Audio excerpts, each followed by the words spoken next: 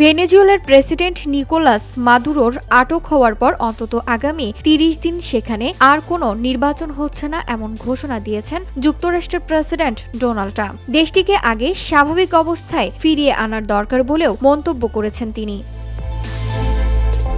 তিনি জানান প্রয়োজনে মার্কিন সেনা মোতায়েন রেখে ওয়াশিংটন সরাসরি ভেনেজুয়েলা পরিচালনায় ভূমিকা নেবে। একই সঙ্গে তিনি দাবি করেন ভেনেজুয়েলার বিরুদ্ধে যুদ্ধ নয়, বরং মাদক চক্র ও অপরাধীদের বিরুদ্ধে লড়াই করছে যুক্তরাষ্ট্র।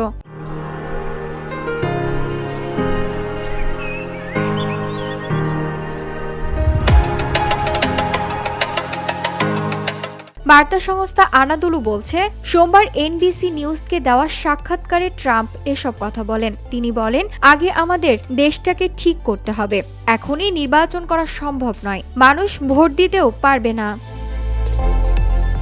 বিষয়টি সময় সাপেক্ষ, আমাদের ভেনেজুয়েলাকে ধীরে ধীরে সুস্থ করতে হবে। তিনি আরও জানান, শনিবারে সামরিক অভিযানের ফলে ভেনেজুয়েলার প্রেসিডেন্ট নিকোলাস মাদুরো ও তার স্ত্রী সিলিয়া ফ্লোরেসকে আটক করা হয়েছে।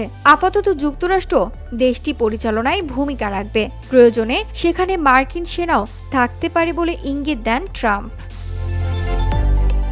VOD Bangla news desk.